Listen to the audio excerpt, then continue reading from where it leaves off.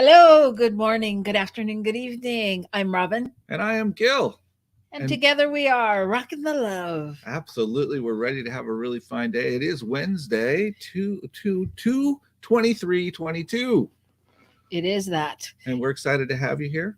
We are that. We're so excited we can't decide who's talking. Now no one's talking. All right. So just a greeting. We're welcome to those of you who are listening live. We'd love for you to chime in as we go through the show. Send us any comments, any questions, anything like that. And those of you who are listening afterwards, feel free to comment as well. We just want to know that you're out there and you're listening. Make sure to like us on Facebook, like us on YouTube, like us in all those places, Instagram, everywhere you are, like us. That is the moral to the story. And yeah, and we're so excited today. We are so excited because we are rolling out of February and into March. But as we roll, we are kicking this off today as our birthday celebrations because my birthday comes first at the end of this month, and then comes Gil's in March. So we decided what better way than to have fabulous guests and wonderful prizes and things that we're going to do all the way through and offer to you. So you are part of our party. Okay? Welcome. And by the way, there will be something given away today for sure. So tell your friends, tell your people, because somebody's going to get something fun. It's true. So, our topic today, because it's the birthday kickoff, is rebirth. Rebirth and what that looks like and what that is and how that makes you feel and all of that good stuff. So, it's an interesting topic, I think, because I've heard both schools of thought Mhm. that either we're constantly rebirthing ourselves Mm-hmm. or that we have to live through pain and suffering and dark nights of the souls to get to where we are, To get to the other side. to get to the other side. Yeah. Yeah. Well, I think maybe, I mean, I don't know. Some of the truth in that is in the literal birth process, it seems like somewhat of a scary process to come out into the world and everything explodes before you. And so I think sometimes even taking for the idea of rebirth sounds like we're going to go into something that's um, somewhat traumatic. And I'm not sure that's true, but I think that's sort of the way it gets described sometimes. Yeah, I do too. Hey, Diego, good to see you out there too. So good to have you. So, okay. So, what would you say? I feel like we are constantly going through rebirths here in our house and in our lives. I feel like it's a constant starting over and learning. And recently, I think we've been kind of more focused on upping our game Mm-hmm. in everything, Mm-hmm. right? Which feels like Rebirth. It's a reset. It's a reset. It's a time to restart in a way. But I think the idea with birth is that you're coming into full life, and there's something about that idea of rebirth that we're actually entering into something fully, and that's what I feel like has been happening for us in various arenas. That we have been stepping into that place where we're opening ourselves up to something more than perhaps we had before. Yeah. And you have that experience this week. I did. I did. I was invited for a weekend of a weekend interview, if you will, which meant that I answered a lot of questions and spoke to a lot of people. But here's the thing about the whole thing is just getting the invitations forced me to reevaluate a bunch of stuff. Not so much to reevaluate and rethink it, but reevaluate how I see myself in relation to it. And that's where the upping the game comes, where you realize that, you know what, I need to open up to this and step into it and be it and allow it in my life.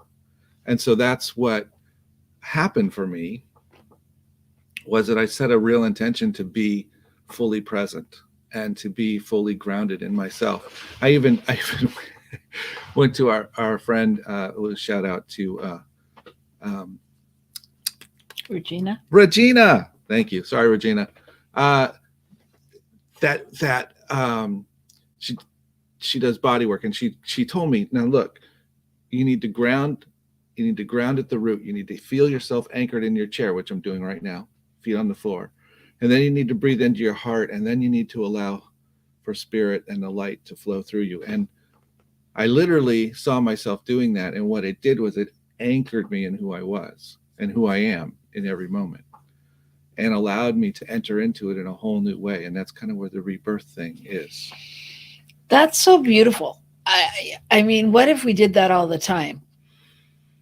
I Well, mean, yeah. Yeah, I mean, actually, that little exercise I'm working on adding to my repertoire, if you will, because it really helps me. So now you have two things. Yeah, I have two things I can do. One, Show continue up. breathing. Oh, three. I got three now. Oh my goodness. I don't think you added brush your hair to the list. You know, I did, but it didn't work. I tried. Where's my hair and makeup? Anyway.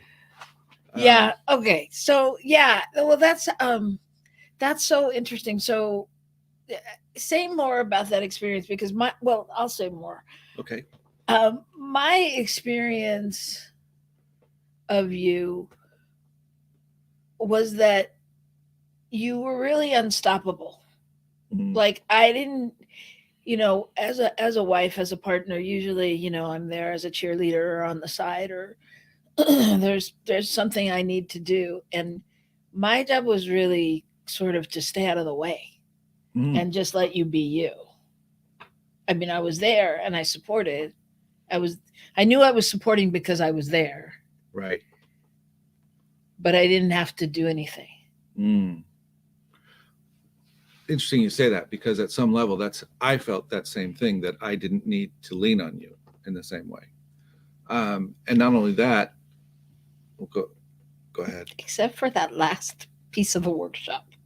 Oh, that was, hey. It would have been so much better if I could have just done that one thing. Oh, well, yeah, that's true. That's true. That she inspired things came to her mind right at the end, and I wasn't paying attention, but that's okay. But there wasn't a sense that there was a sense that I had all I needed where I am. And in holding that space, it allowed me to step into something much, much larger. And that's that sense of being birthed into something new, being brought into a whole new space in my life.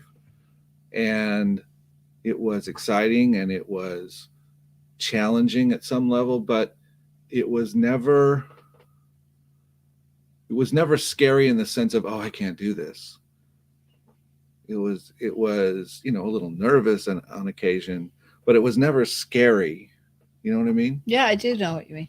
Yeah. And I think that's because it was so authentic. And so I was thinking, so what really is rebirth? In some ways, it seems like every time we rebirth, we are truly getting closer and closer to the source of who we truly are meant to be, who we are. We're coming back to ourselves at some level. Yeah, that's good. Yeah. I mean, in a sense, when even if you go back to the sort of the idea of birth, you're coming out and you're just who you are, you're all there. And so this rebirth thing is bringing us back to that place where we are all of who we are, and here we are. And that I think is the power of rebirth. It also gives us a new way of looking at things, because we have adopted certain ideas and thoughts and things that aren't necessarily true, which we might talk about next month, perhaps the BS that we have adopted, and now we don't need to hold on to those if we go back. You have to tell them what you're talking about. Oh, the BS. Oh, So some of you next might. month's theme is, I'll tell you. Next month's theme is boundaries, borders, and BS. So we'll tell you more about that later. But boundaries, borders, and BS. Okay, I'll tell you now. BS isn't what you're thinking. It's belief system, which sometimes can be BS. There you go. So there you go. Um, so yeah. So yeah, it was the thing. The thing about it was, I felt like when it happened for you, that it didn't only happen for you because you had the whole family with you. It's true. So you had our sister, your godkids, and everybody graduated. Everybody felt that energetic. Yeah. You know, I mean, it was really fascinating. I think. Well, I think it's interesting when one of us, and by the us I mean in any situation, when one of us shows up fully as who we are, it opens the space and allows others to do the same. It allows others to relate to that authenticity and that depth, and to drop some of their own fears about stepping into it in their own lives, I think. And I think that's part of what happened. You know, I set the intention ahead of time, but part of it was in showing up in the container that I was in, there was also a sense of safety to do that, to be that, because of who and how the container had been set where I was. Does that make sense? It does. It makes so much sense. And I'm having my own revelation. Okay, I'd like to hear about it. I don't think I've heard about it yet. No, I'm just thinking, you know, I'm a person who all of my life, a lot of the times I hold myself back because I want to take everybody with me. I don't want to go without my friends. Like if I'm going to move up, I want everybody to move up. I want everybody to come along. And if I was really just stepping into my own, whatever you just said, into your own rebirth, bigness, largeness, like, rebirth, yeah, I can't help but take people with me. right. You have to take people with you at some level. And that's this whole thing. I mean, that's why we're talking about this on our show about relationships, because what's going on within us is going to affect every relationship that we have. It's going to affect how we deal with ourselves, how we deal with our money, our integrity, our other people, our partners, whatever, all of it. Yeah. Well, that is great. So, okay. So that's our skinny on the rebirth. It's just amazing. And yeah, it was a fabulous weekend, and we want to give a shout out to Center for Spiritual Awareness in Sacramento. Thank you so much. They were great. Those beautiful roses you see behind me was from their amazing group of practitioners, and it was just lovely. It was, it's just those feelings when you're home, those places you stop along your journey where you're like, I'm home, my people, my tribe. So it was great to meet everyone and see everyone and be with everyone. And when we come back, you are going to get to be with an amazing man. Mm-hmm. And we're going to continue this talk of rebirth and his experience, his near-death experience, and just take it to a different level and learn more from the amazing Peter Bedard. So we'll see you back here in a minute on New Thought Radio Network.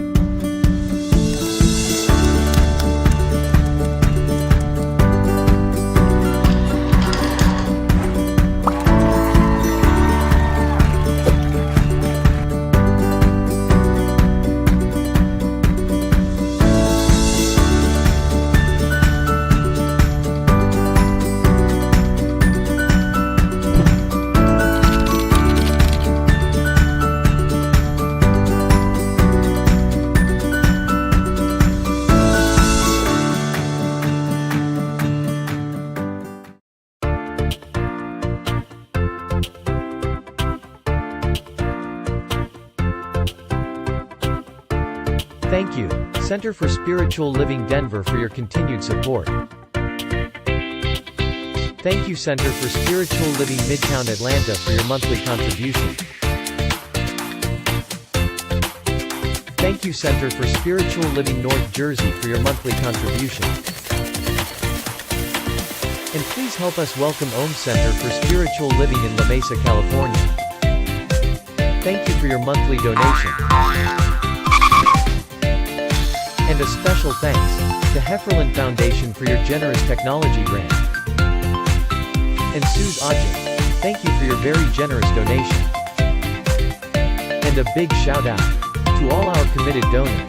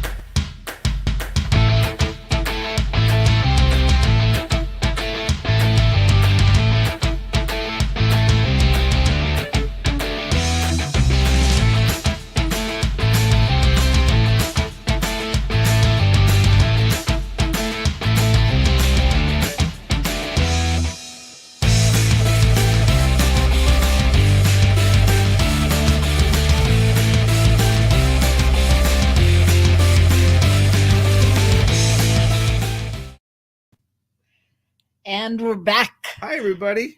I'm Robin. And I'm Gil. And this is Rockin The Love. And we just want to say hi to Bonnie, your grief doula out there, doula for grief. And thank you for your comments. Should you hold yourself back if you can't take others with you? No, you shouldn't. But we all know how long a lesson that can take to learn. That's a lifetime journey, right? But yeah, definitely. And hi, Linda. Thank you so much for joining in. And John and whoever's out there, thank you, thank you, thank you. We did have an amazing weekend. It was super great.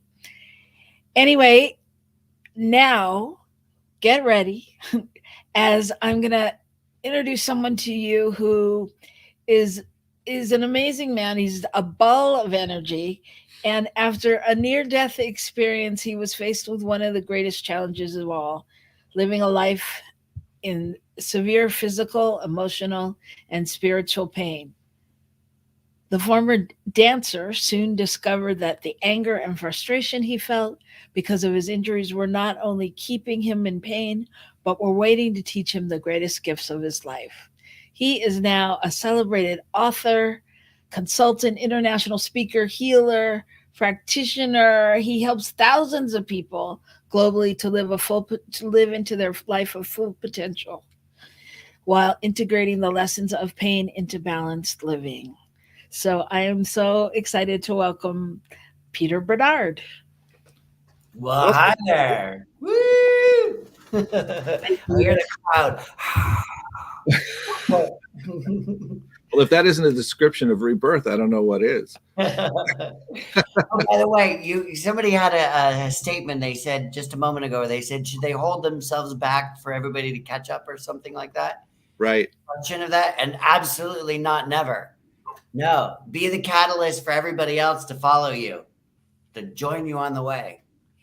Absolutely, absolutely. If only it was that easy, right? Can be. Okay. All right.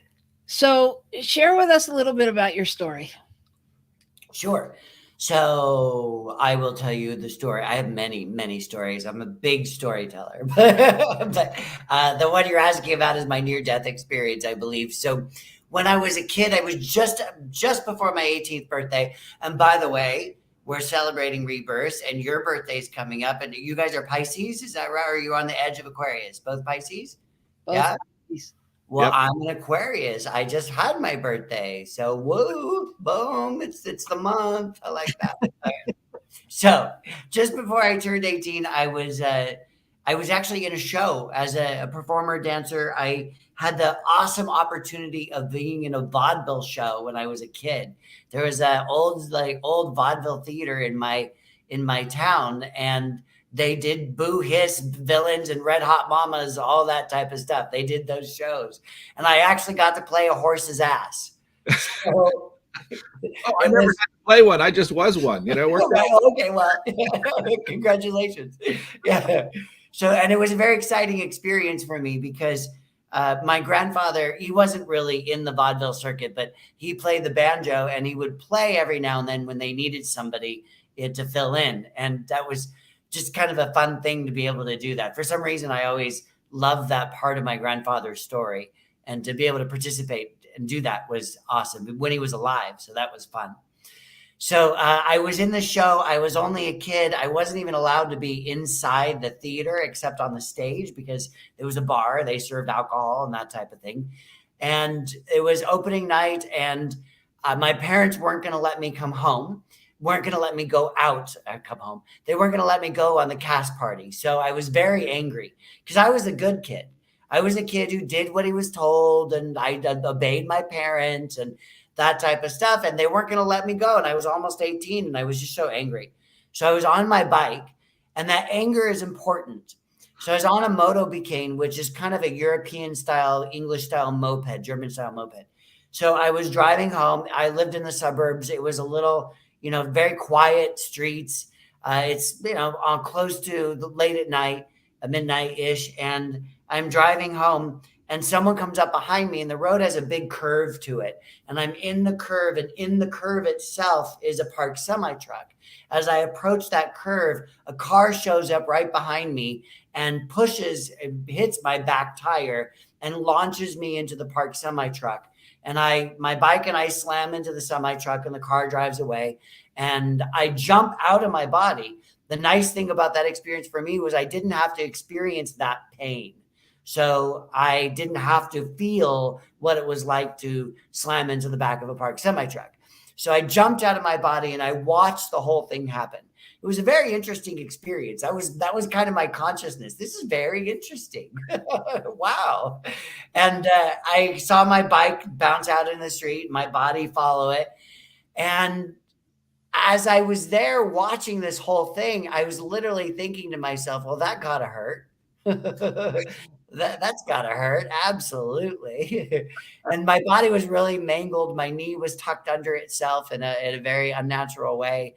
And I remember thinking, what a beautiful night this is. Wow. I wasn't involved in the pain of the moment. So it was in October, what we call the end of summer, those beautiful summer nights where, it's cool, but the moon was full, and there's sort of a warm coolness in the air, that combination of fall coming in and summer fading out. And it was just a beautiful night. And I just watched, and nobody was there. No one was around. It was just me and my consciousness observing my bike and my body. And then suddenly I was being thrust down this spiral. And it was my version of the tunnel. Years later, somebody gave me an actual description of the universe and what our galaxy looks like moving through the universe. And I had this feeling of, I've been there before. They were talking about how when I was a kid, they described the universe in sort of this, they tried to do it three-dimensionally, but it was like the sun and the planets are revolving around the sun. Well, it's not exactly that. The sun is shooting through the universe. The sun is like an asteroid. It's like a meteor shooting through space. And as the sun shoots through space, the planets are going like this around the sun, and they're following it. Right? That's actually what's happening on this planet that we're on.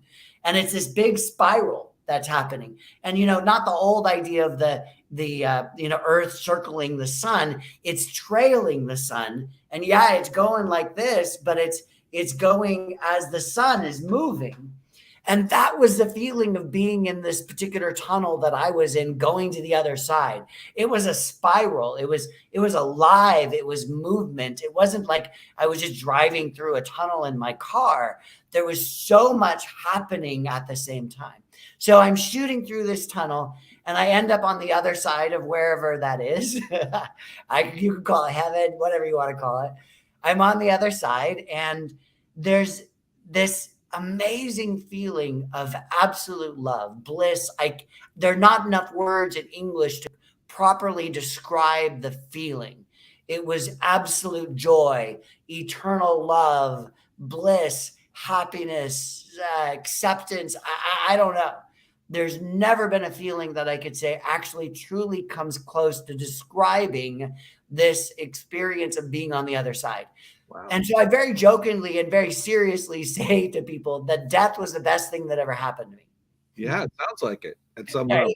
Yeah. That it is something to look forward to.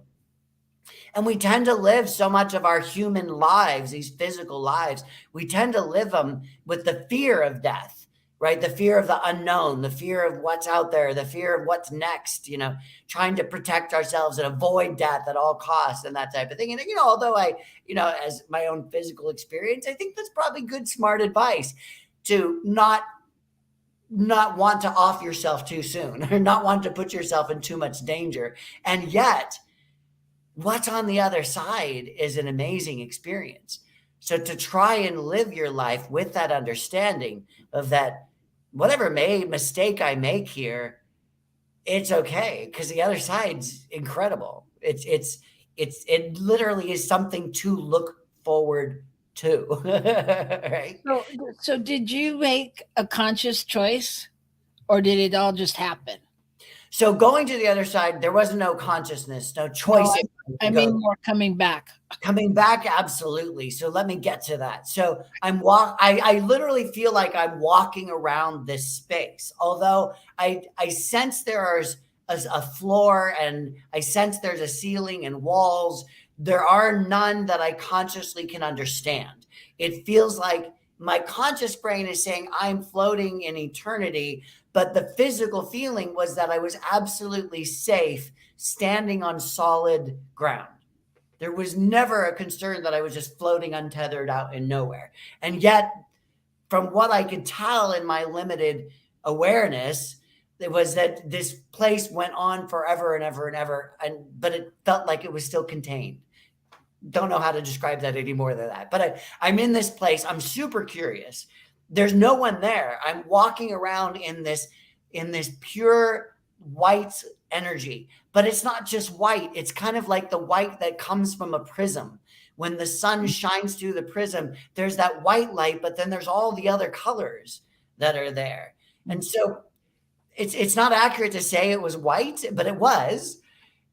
And then there was also all this reflective, beautiful, full color that was present in the space. So I'm very curious, and I'm thinking to myself, well, where is everybody? I was expecting that when I crossed over, when I died, that there was going to be my great-grandmother, who I have always looked on as being one of my guardian angels, and my dead dog that I love so much. And there's going to be all of this energy, all these people, my ancestors. I was waiting for them. Like there's going to be a crowd just waiting to greet me and give me a hug. And there was nobody there. And I didn't feel bad about it. It was just more like, oh, that's interesting. Like, where is everybody? There's nobody here. And I felt like I was in this place for a long time. There was the experience of time. I could experience it. It felt like this long period, but it didn't feel like time had passed. Again, there's so many contradictions in this. So I'm walking around. I feel like I'm by myself. I don't feel alone. I don't feel abandoned. I'm curious where everybody is. And then finally, I'm kind of walking around looking at things. And suddenly I turn and there's someone there. And this someone, when I see them, it feels like my heart is being ripped out of my chest. It's the experience I remember reading about in like medieval nun manuscripts. that experience of ecstatic love they used to talk about in the medieval time of it was painful. Like it literally felt like my ribs were breaking open. My chest was splitting open. But there was this joy, this heartfelt something that when I saw this person, my heart was in the most blissful, painful way I can imagine being ripped out of my chest. It's all such an interesting contradiction. My goodness, yes. I see this person and I feel this tremendous love for this person, this energy, and yet I have no idea who they are. And I'm thinking to myself, again, I'm fully conscious. I'm thinking to myself, why do I feel like I love this person that I've never seen before, that I consciously remember? And to add on top of it, I'm a kid of the 70s, and Star Wars was a big thing. And this person in this space was kind of like Princess Leia and Obi-Wan Kenobi being projected as a hologram. Mm. There was this holographic image, this person that appeared solid, but I could see through them. And I could see the most intricate detail. I remember looking at this person and thinking that, and remembering the tweed of their suit and being curious, nobody wears tweed anymore. That's my brain, right? But I could tell that even though there's a hologram and it's a projection, that this person is wearing a suit, and it's like an old style suit. And for some reason, the words popped into my head of Hong Kong 18 something. I never got the exact date. But that this person, their dress was like maybe British Hong Kong. I don't know. And to top it off, this person that I felt I knew so much, that was like, felt like, the love was actually, as best I described, looked like my understanding of Lao Tzu, right?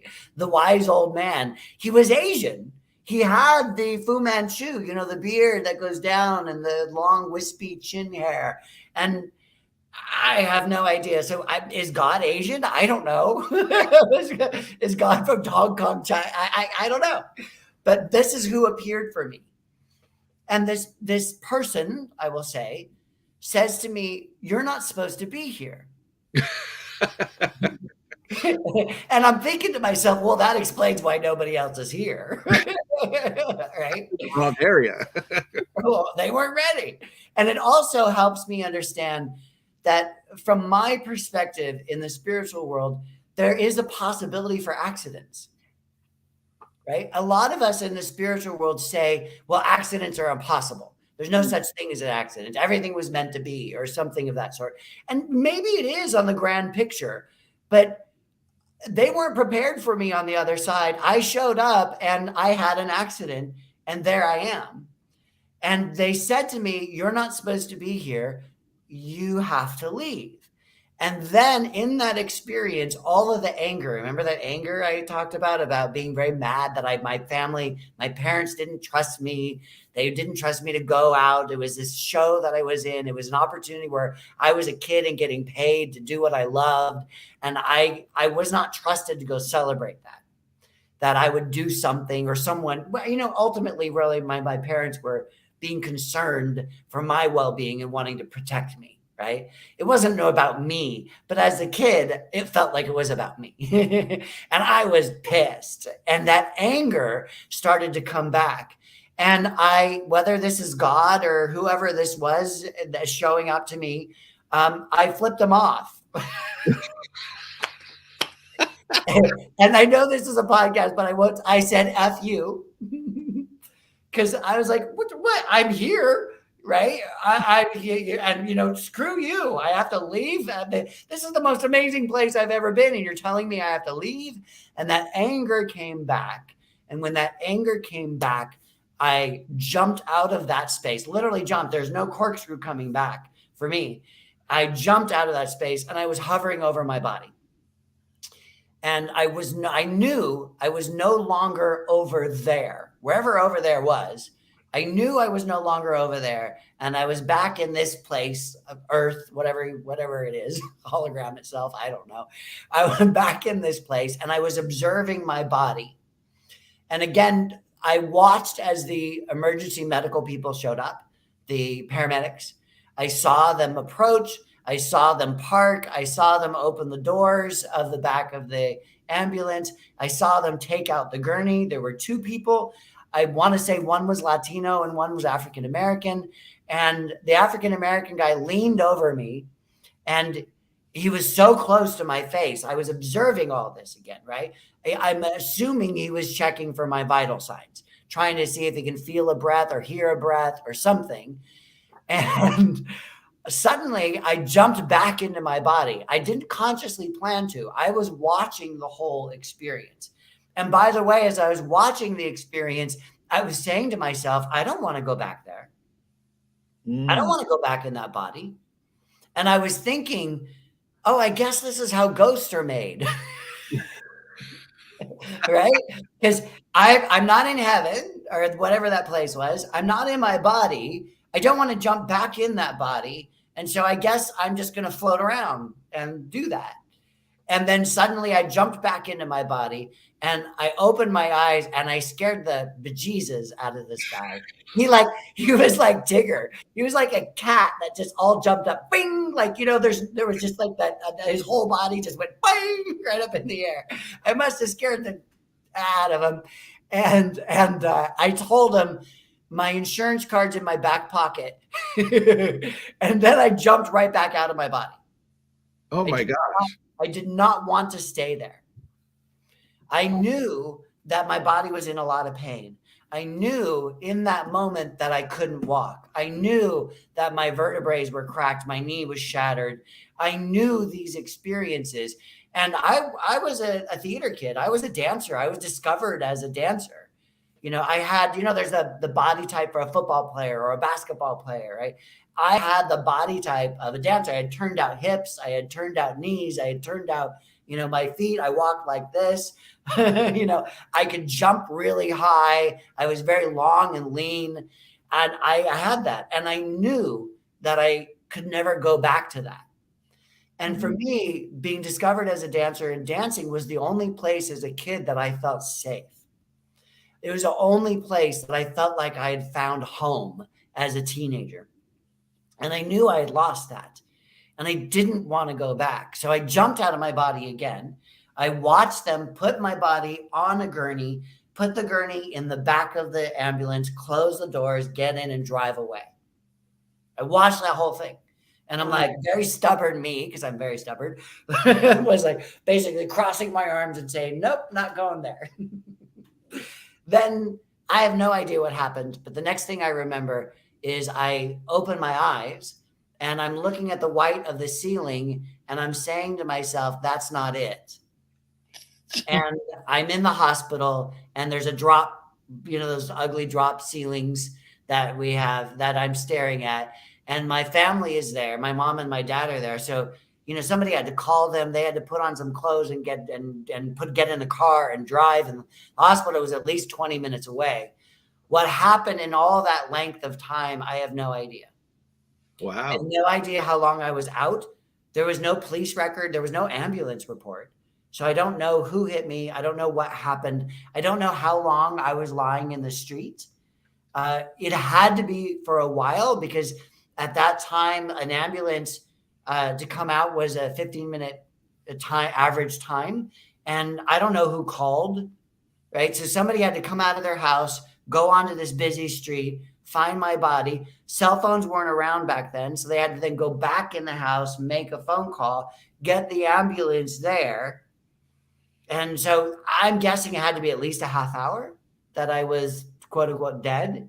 And when I jumped in my body and my body was showing vitals, I have no idea how long. I'm guessing it could be anywhere between a half hour and an hour by the time I reopened my eyes. And what was going on in that time period, I don't know. But I was very disappointed to be back. I was very angry to be back in physical form. I was not happy about it at all. Some people talk about their experiences where they wanted to come back.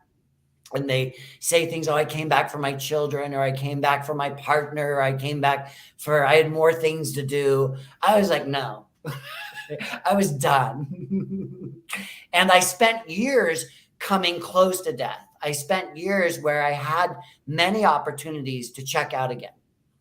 And I knew that I had gotten sick. And, you know, there's about 4 times where I came close to dying afterwards, where I had to be I was on like emergency IVs and hospitalized and stuff like that. And I knew that I could check out and I didn't. And I don't know why. I'm assuming my soul had more to do, but my conscious brain was done. So how did that one, I wanted to know, how did that anger manifest, particularly early on, like with your parents, and then where did this where did you find that you could harness this and turn it around to where you've come to now? Yeah. So this experience really was the catalyst. It was the launching for who I am now. Uh, in that experience, I lost my life purpose. You know, I was going to be the next Brezhnev, right? I was going to be whatever, right? I was going to be a performer, a dancer, a singer. I was going to triple threat. You know, I was already working and beginning to work in that industry, and it was taken away from me. So I lost my voice. I didn't know how to communicate with the world anymore. I had discovered my voice in this talent, and it was gone. So I'd lost my life purpose. I lost my passion.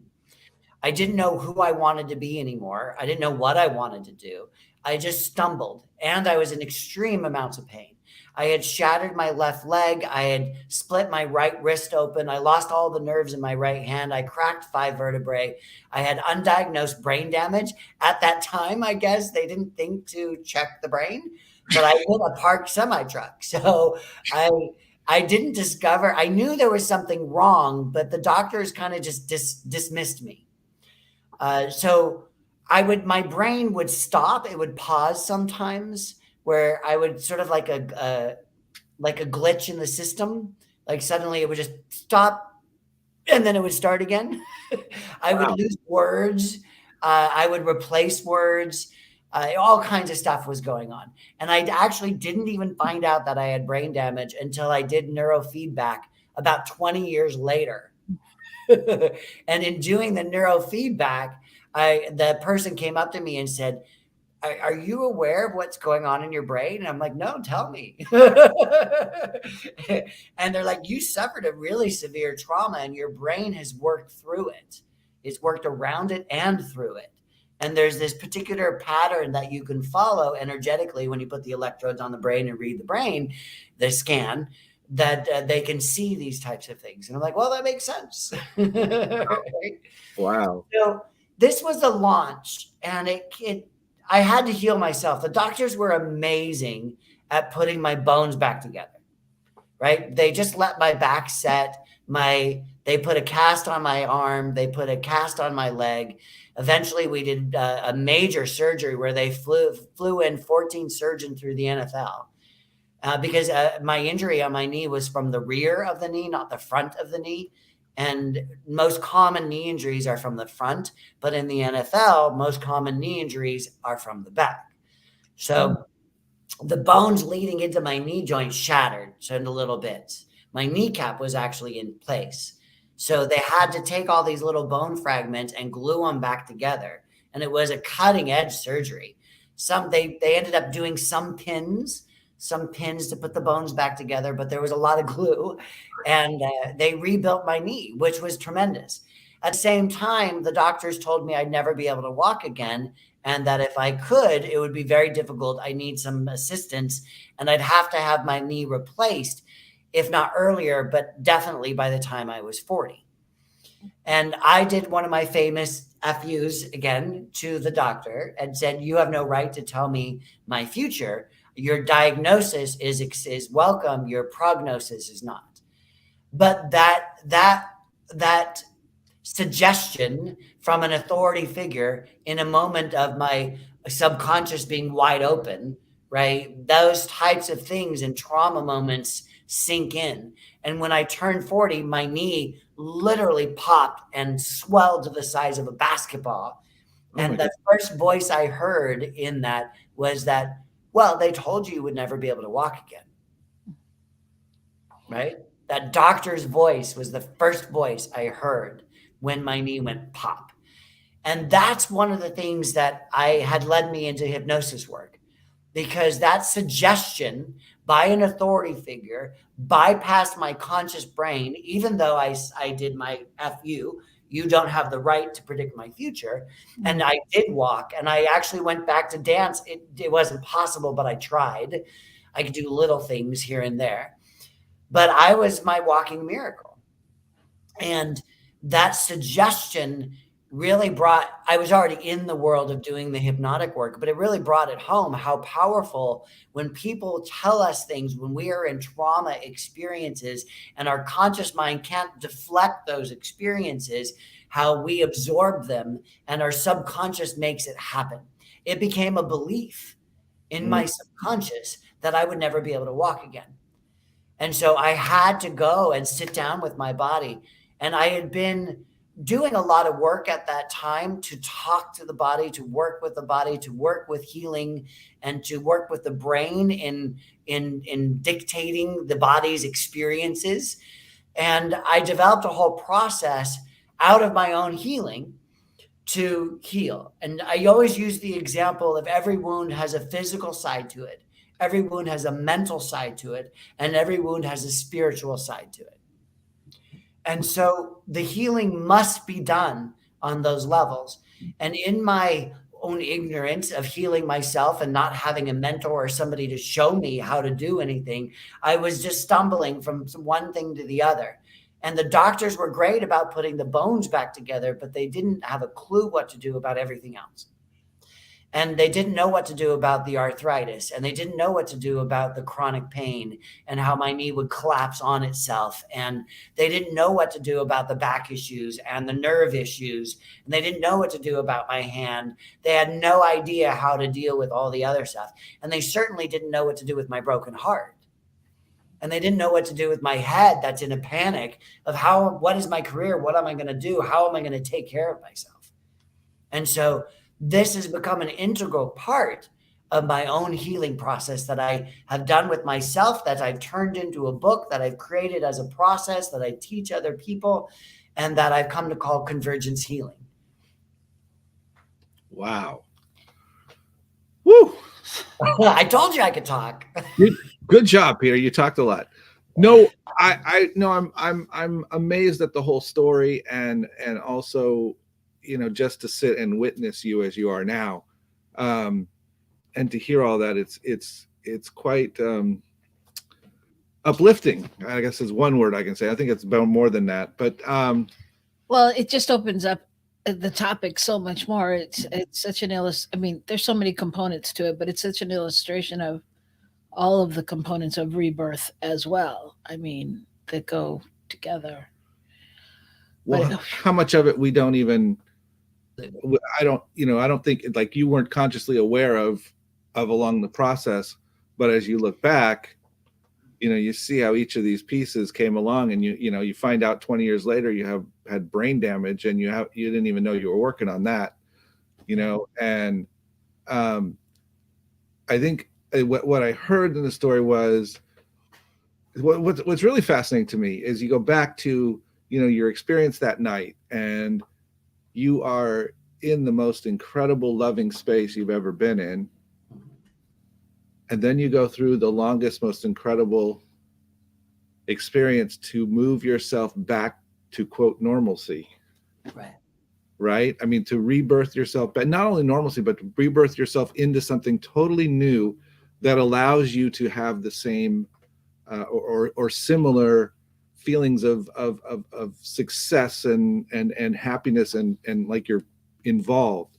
Because I hear the healing and the hypnosis and that stuff really touches you now. I mean, it's really, you grasp onto that, and it's become your new thing, and sort of replace the whole dance thing, if you will. You know, you found a new voice. That's what I'm trying to say.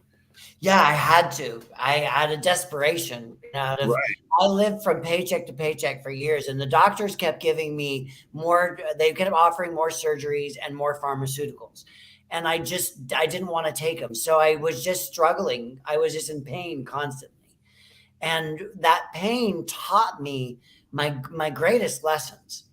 Like learning how to be present with the pain, not check out the pain, not medicate the pain, right? I could have been an easy candidate for drug addiction, right? But Yeah. I was in so much pain constantly 24/7. And not only to have that physical pain that I was in just from the injuries I had, but then I had fibromyalgia and arthritis and asthma and bronchitis and sciatica. And it was like, I call it my cascade of pain, where my white blood cells started to split, or started to attack my red blood cells, and my hemoglobin was splitting. And when hemoglobin splits, it's a compound. Part of the compound becomes toxic. So my organs were actually shutting down. I came close to dying several times after that. And I had to figure out how to love myself and how to heal myself on all of those levels. And in the mid 90s, I think it was, I started to look at what was going on in Western medicine. And they were talking about this drug cocktail type of thing with cancer and with HIV, right? These combination of drugs that seem to be helping. And I thought, well, I don't want the drugs, but I love the idea of a combination. I love the idea of this cocktail, this recipe. And I wonder what I could do in healing myself and what a holistic cocktail would look like, right? What would that look like? And so I started to go, okay, I know I have these wounds. There's a physical side, there's a mental side, and there's a spiritual side. What I was doing is I was mostly addressing the physical side, because that's the part that was screaming out the loudest. But my broken heart and my not knowing who to be, what to do, where to go in my life, the panic in my brain of not feeling safe in the world, right? I needed to also start addressing those and healing those consciously. And so I started to mix therapies. And somebody would tell me things, like somebody would come up to me and say, hey, I went to this blah, blah, blah. And I'd be like, great, give me their number. I tried everything. I lived absolutely, what they say, the skin of your teeth, right? I lived paycheck to paycheck, penny to penny, and spent everything I had basically on getting better. And I started to discover, if I combine this therapy with this therapy, maybe that won't work for everybody else, but for me, that works. Yeah. So Peter, thank you so much. Go ahead. You are a treasure chest of information. Yes. And clearly we'll have to have you back on for other topics, because there's just so much. There's so much to your story and to what you do and who you are. And yeah, I think it just really shows us that all things are possible, right? Absolutely. I love our part of our teachings, Robin, right? Our teaching is that we are not the exception, right? We are the example. Yes. Right? And if I could do it, so can someone else. I'm a walking miracle, and so are you. Yes, you are. Yes, we are. So we are going to do our giveaway. Nice. My producer's making faces. Were we going to break? Or I didn't want to break because we're going to the end. So we're going to do our giveaway. And so here it is. If the first person to email info@rockinthelove.com and include their information will receive a copy of Peter's book. We can't read it. We can't read it. You got to say Convergence Healing. That's it. Convergence Healing. Healing pain with energetic love is the full title. Energetic love. I love that. So it's a gift, Peter. Thank you so much for offering that gift. I think it's wonderful. So send your name, your mailing address, because we'll have to mail it to you, and make sure obviously we have an email address so we can contact you another way. And the first one that does that will get the book, and we will let them know now or later. No, we'll Depends on how fast later. they send it, whether we'll let them know now or later. We'll let them know later. I think that's the way it's going to be. So we just want to thank you. And you'll come back, right? Oh, absolutely. Yeah. And we want to thank everybody for tuning in, for listening. We want to remind you that there's lots of great shows on New Thought Media Network. We have Fireside Chat on Friday nights. We have Cosmic Prayer. We have Ministers Talking Shit. We've got all kinds of things. So whatever you're in the mood for. And of course, we have our beautiful, beautiful doula for grief out there with tips on how to move through things like Peter's talking about, from big griefs to little griefs to big griefs. Anyway, so if you like what you've seen, please donate to New Thought Media Network. You can go to their website and there's a button right there, and push the button. Push the button. Push the button. gosh. Sorry, we're watching a funny man make funny faces. Anyway, you know what to do, because you all out there are loving, rocking the love people. So rock the love this week and continue to celebrate our birthday month with us. And there'll be lots more fun and prizes. Next week, we have Savannah Noelle, who is going to talk about boundaries in relationships. And she says that boundaries teach people how to love us, and they create safety and clarity in our relationships. So join us as we step into boundaries. Okay? We love y'all. Thank you so Hang much in there. again, Peter. We really Thank appreciate being on the show. And let's all go out and birth it up. Rock the love. Rock the love.